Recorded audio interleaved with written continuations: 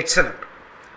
அடுத்ததாக ஜாவாஸ்கிரிப்டில் நம்ம பார்க்க போகிறது என்ன அப்படின்னா ஆப்ஜெக்ட் ஓரியன்ட் ப்ரோக்ராமிங். நம்ம ஆரம்ப காலத்திலேருந்தே சொல்லிகிட்டு இருக்கோம், நீங்கள் C++ அண்ட் லாஜிக்கல் திங்கிங் அப்படிங்கிறத எங்களுடைய கோர்ஸை முடிச்சிட்டிங்கன்னா இந்த உலகத்தில் எப்பேற்பட்ட லாங்குவேஜ்னாலும் ஈஸியாக மாஸ்டர் பண்ணிடலாம் அப்படின்னு சொல்லியிருக்கேன். ஏன்னா இந்த மூணும் இன்னைக்கு இருக்கிற எல்லா லாங்குவேஜுக்கும் ஃபவுண்டேஷன். இத்தனை நாளாக கிளாஸ் அப்படிங்கிற வார்த்தை ஜாவாஸ்கிரிப்டில் இல்லாமல் இருந்தது. என்ன இல்லை, கிளாஸ் அப்படிங்கிற வேர்டு. அது என்னங்க சார் கிளாஸுங்கிற வேர்டு அவ்வளோ முக்கியமா? ஏன்னா ஆப்ஜெக்ட் ஓரியன்ட் ப்ரோக்ராமிங் லாங்குவேஜ் எல்லாத்துலேயுமே கிளாஸ் அப்படிங்கிற கீவேர்டு கம்பல்சரியாக இருக்கும். அதை பேஸ் பண்ணி தான் என்ன பண்ணாங்க அப்படின்னா நிறைய ப்ரோக்ராமிங்கில் இம்ப்ரூவ்மெண்ட் பண்ணாங்க. அப்படின்னா ஜாவாஸ்கிரிப்டில் இத்தனை நாள் அது இல்லையா அப்படின்னா இருந்துச்சு.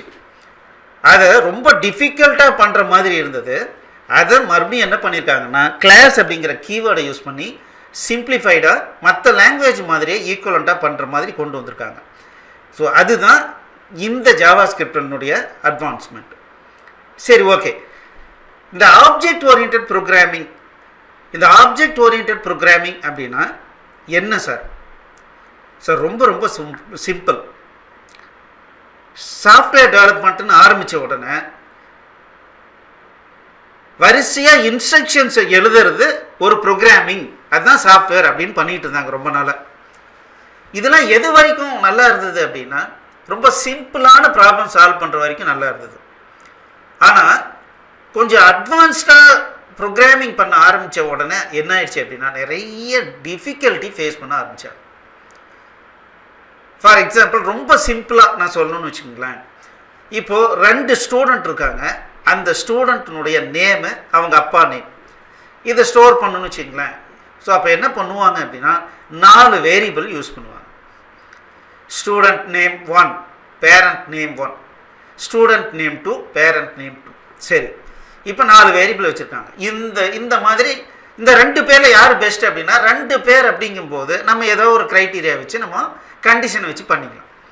ஆனால் 100 ஸ்டூடெண்ட் இருக்காங்கன்னு வச்சுக்கோங்களேன். அப்போ 100 பேரையும் பேஸ் பண்ணி கம்பேரிசன் பண்ணணும் அப்படின்னா அப்போது ஆயிரக்கணக்கான வேரியபிள் வரும், ரொம்ப குழப்பமாயிடும். அந்த ஸ்டேஜில் என்ன ஆயிடுச்சுன்னா சாஃப்ட்வேர் டெவலப்மெண்ட் ஃபீல்டு அப்படியே ஸ்டம்பிள் ஆகி நின்றுடுச்சு. அடுத்த ஸ்டேஜ் எப்படி போகிறதுன்னு யோசிச்சுட்டு இருந்தப்போ தான் அவங்க என்ன பண்ணாங்கன்னா இந்த உலகத்தில் இருக்கிற ஒவ்வொரு பொருளும் எப்படி இருக்குது, எப்படி இயங்கிட்டு இருக்குன்னு பார்த்தாங்க. ஒரு சாதாரணமாக ஒரு மனிதனை எடுத்துக்குவோம். ஸோ ஒரு மனிதன் அப்படிங்கிறவன் பார்த்தீங்கன்னா இவங்கெல்லாம் பார்த்தா இவங்கெல்லாம் மனிதன்னு உடனே சொல்லிடுறோம். எப்படி சொல்கிறோம்? ஒவ்வொரு மனிதனுக்கும் சில கேரக்டர் இருக்குது. என்ன? அவன் நின்று நடக்கணும், 2 கால் இருக்கணும், 2 கை இருக்கணும், இந்த மாதிரி தலை இந்த மாதிரி இருக்கணும், இந்த மாதிரி உயரம் இந்த மாதிரி இருக்கணும், இந்த மாதிரி அவன் பேசணும், இந்த மாதிரி சில விஷயங்கள் அவனுக்கெல்லாம் வந்து பார்த்திங்க அப்படின்னா கேரக்டர்ஸ் இருக்குது. அதுக்கப்புறம் பார்த்திங்கன்னா அவன் சில ஃபங்க்ஷன் வைக்கிறான்.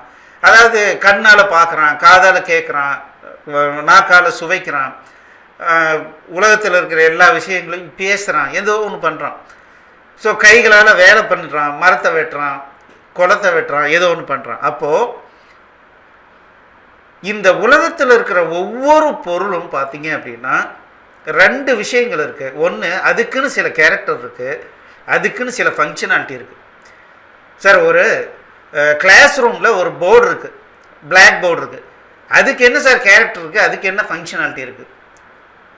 ஸோ கேரக்டர் என்னென்னா பிளாக்ன்றது ஒரு கேரக்டர், அதனுடைய அகலம் ஒரு கேரக்டர், அதனுடைய உயரங்கிறது ஒரு கேரக்டர். அது என்ன ஃபங்க்ஷன் பண்ணுது? அது எதுவுமே பண்ணுறது இல்லையா? என்ன பண்ணுதுன்னா நம்ம என்ன எழுதுகிறோமோ அதை பளிர்னு டிஸ்பிளே பண்ணுது. அப்போது டிஸ்பிளே அப்படிங்கிறது தான் ஒரு போர்டினுடைய ஃபங்க்ஷனாலிட்டியாக இருக்குது. அப்போது இந்த உலகத்தில் எந்த பொருளை எடுத்துக்கிட்டாலும் அதுக்குன்னு ஒரு கேரக்டர் இருக்குது, அது ஏதோ ஒரு வேலையை பண்ணுது, அட்லீஸ்ட் சும்மாவாவது இருக்குது. அப்போ இதே மாதிரியே நம்ம என்ன பண்ணலாம், நம்ம ஒரு டெம்ப்ளேட்டை க்ரியேட் பண்ணலாம். இந்த டெம்ப்ளேட்டில் இந்தந்த கேரக்டர் இருக்கும், இந்தந்த ஃபங்க்ஷனாலிட்டி இருக்கும், டெம்ப்ளேட் க்ரியேட் பண்ணலாம். அதை பேஸ் பண்ணி ஆப்ஜெக்டை உருவாக்கலாம். அப்படி உருவாக்கணும்னா என்ன அர்த்தம்? அதை பேஸ் பண்ணி ஒரு அரேவில் லிஸ்ட்டாக ஸ்டோர் பண்ணலாம். அதை பேஸ் பண்ணி சர்ச்சிங், சார்ட்டிங், ஃபைண்டிங் எல்லாமே ஈஸியாக பண்ணிக்கலாம் அப்படின்னு ஃபைண்ட் அவுட் பண்ணி அதுக்கப்புறம் தான் என்ன பண்ணாங்கன்னா ஆப்ஜெக்ட் ஓரியன்ட் ப்ரோக்ராமிங் அப்படின்னு ஒன்று உருவாக்குனாங்க. அப்போது இந்த ஜாவா ஸ்கிரிப்டில் மற்ற லாங்குவேஜில் மாதிரியே கிளாஸ் அப்படிங்கிற வேர்டை கொண்டு வந்திருக்காங்க. இதை யூஸ் பண்ணி எப்படி வந்து ஒரு ஃப்ரேம் ஒர்க்கு க்ரியேட் பண்ணுறோம், எப்படி ஆப்ஜெக்ட் க்ரியேட் பண்ணுறோம் அப்படிங்கிறது தான் இந்த கிளாஸில் பார்க்க போகிறோம்.